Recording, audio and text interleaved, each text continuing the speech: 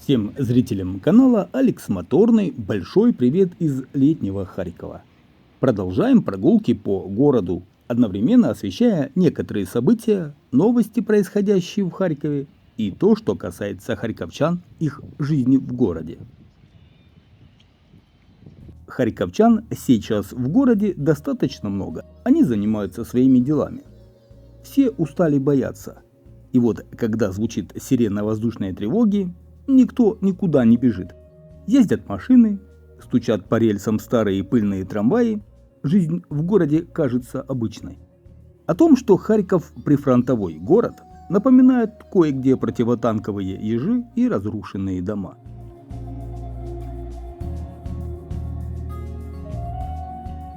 Харьков в 2024 году – это открытая рана, город фанерных окон. Разрушения заметны везде, как в историческом центре, так и в спальных районах города. Также в Харькове немало разрушенных школ и учебных заведений. Да, можно посмотреть на это видео и не заметить, как будто ничего и не происходит. Но так может думать только тот, кто не живет в городе. Харьковчане, которые не выезжали, находятся все время в Харькове, прекрасно знают и видят, в каком состоянии город.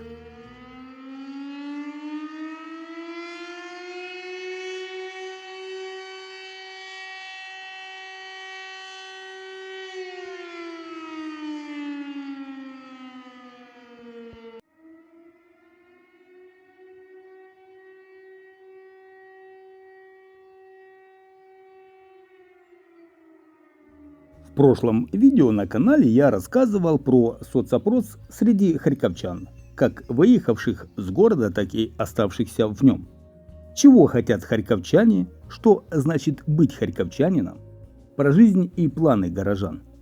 И вот, чтобы закрыть эту тему окончательно, еще такой момент. Харьковчане назвали первоочередные проблемы города. В вопросе «Харьков. Точка притяжения», проведенном бюро «Социологист», среди харьковчан, находящихся в городе, в Украине и за рубежом, а также ВПЛ, временно переселенных лиц, недостаточную противовоздушную оборону выбрали 68% респондентов. Проблемы с электро-, водо- и теплоснабжением 51%. Разрушения из-за обстрелов первоочередной проблемой города назвали 45%. Наличие коллаборационистов и предателей 40%. Мобилизацию мужчин 36%. Безработицу и сложности с поиском работы, а также коррупцию назвали основными проблемами 35% и 34% опрошенных соответственно. Нехватка ПВО больше беспокоит тех, кто вне города. Коррупцией власти больше взволнованы харьковчане за рубежом. А ВПО, временно перемещенные особы, вообще меньше обеспокоены почти всеми проблемами. Однако закрытые детские сады их беспокоят значительно больше остальных опрошенных, говорится в исследовании.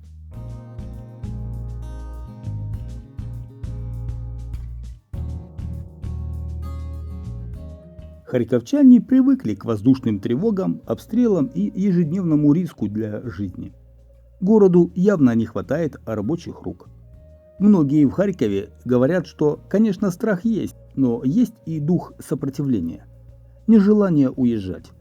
Дух сопротивления Харькова виден в тех же зеленых парках и скверах, на улицах, чистоте которых могут позавидовать в любом другом городе или даже стране. Знаете, такое ощущение, что многие харьковчане вцепились в свой город зубами и не собираются его отдавать. Я умышленно не трогаю сегодня военную тему, не рассказываю то, что происходит совсем недалеко от Харькова, что происходит в области. Об этом вы сами можете узнать из моего телеграм-канала, из других пабликов и новостных каналов.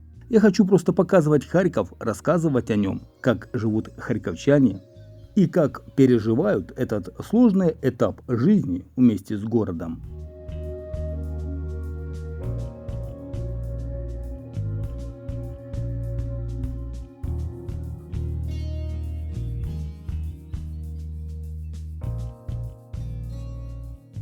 Вот так знаменитый танцующий попугай Ара из Харьковского зоопарка реагирует на прилет в городе. Досмотрите до конца этот момент.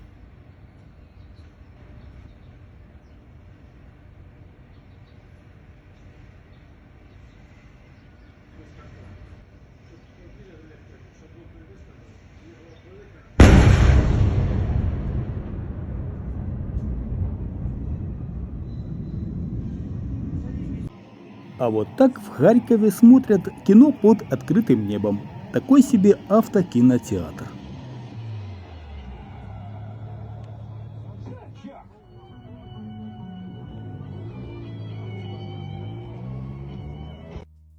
В Харьковском горсовете уверяют, что город на 100% будет обеспечен водой и теплом во время возможных блэкаутов. Подготовка городского хозяйства к предстоящему отопительному сезону ведется по плану и будет завершена до начала отопительного периода, когда установят все оборудование, предусмотренное планом. В случае обесточивания удастся полностью обеспечить Харьков водой и теплом. Также будет работать метро.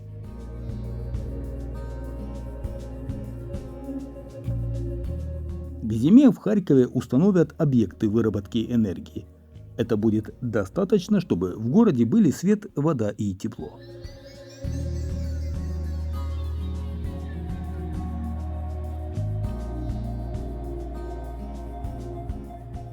Только один харьковский вуз вошел в десятку самых популярных университетов Украины.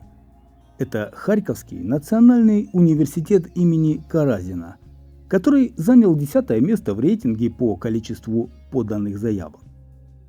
Так что Харьков больше не студенческая столица. Но в целом регион по количеству абитуриентов уступает только Киеву и Львову.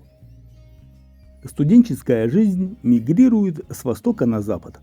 Более 11 тысяч абитуриентов захотели учиться в старейшем учебном заведении города.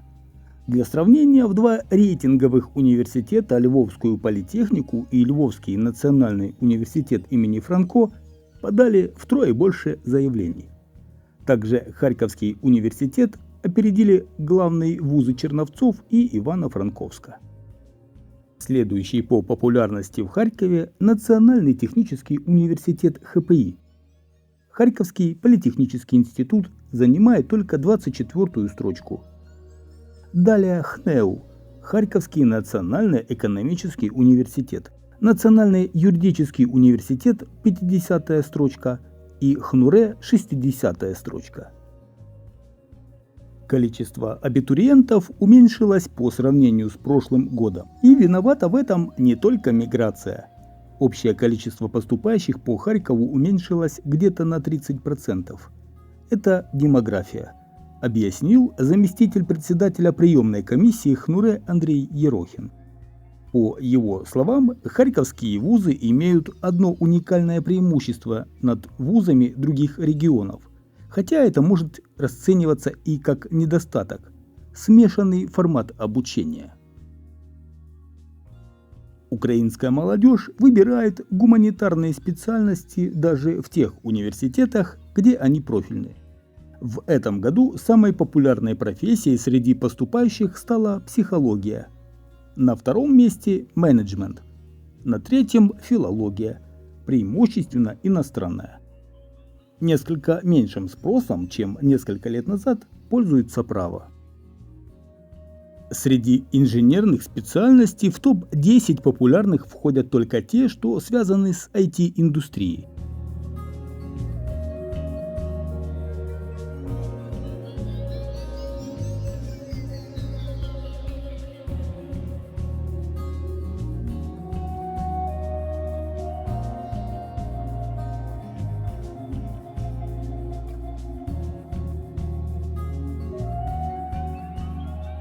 Еще одной интересной тенденцией вступительной кампании этого года стало снижение проходных баллов на почти все специальности. Грубо говоря, у молодежи появился шанс поступить на бюджет в университеты, едва сдав национальный мультипредметный тест. Стоимость высшего образования в Харькове значительно не выросла по сравнению с предыдущим годом. Средняя стоимость обучения на контрактной форме колеблется от 18 тысяч до 41 350 гривен в год. В целом, обучение в Харькове примерно вдвое дешевле, чем на аналогичных программах в Киеве, Днепре или Львове. Средняя стоимость года обучения в харьковских вузах составляет 27 558 гривен в год, тогда как в Киеве на популярных специальностях около 47 тысяч гривен в год.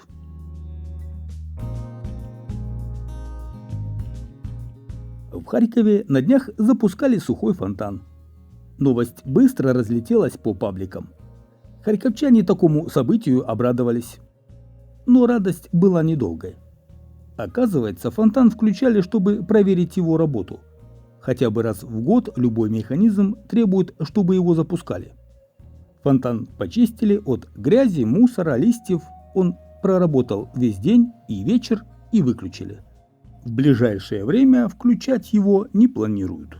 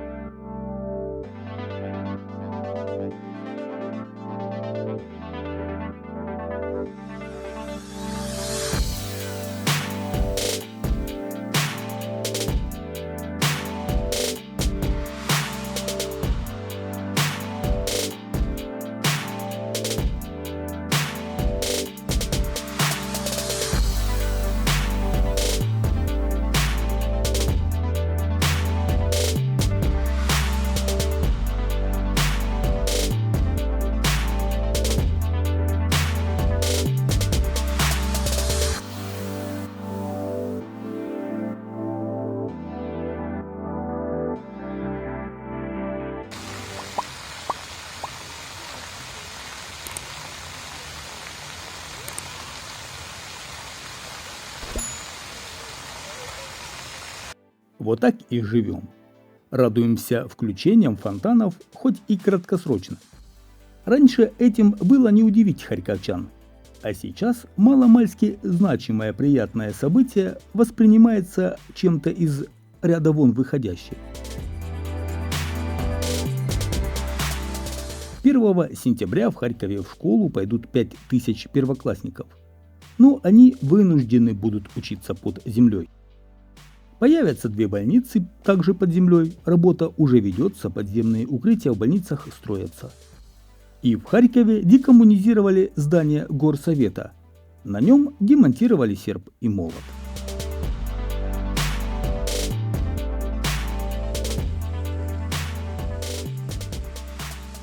Спасибо всем за внимание.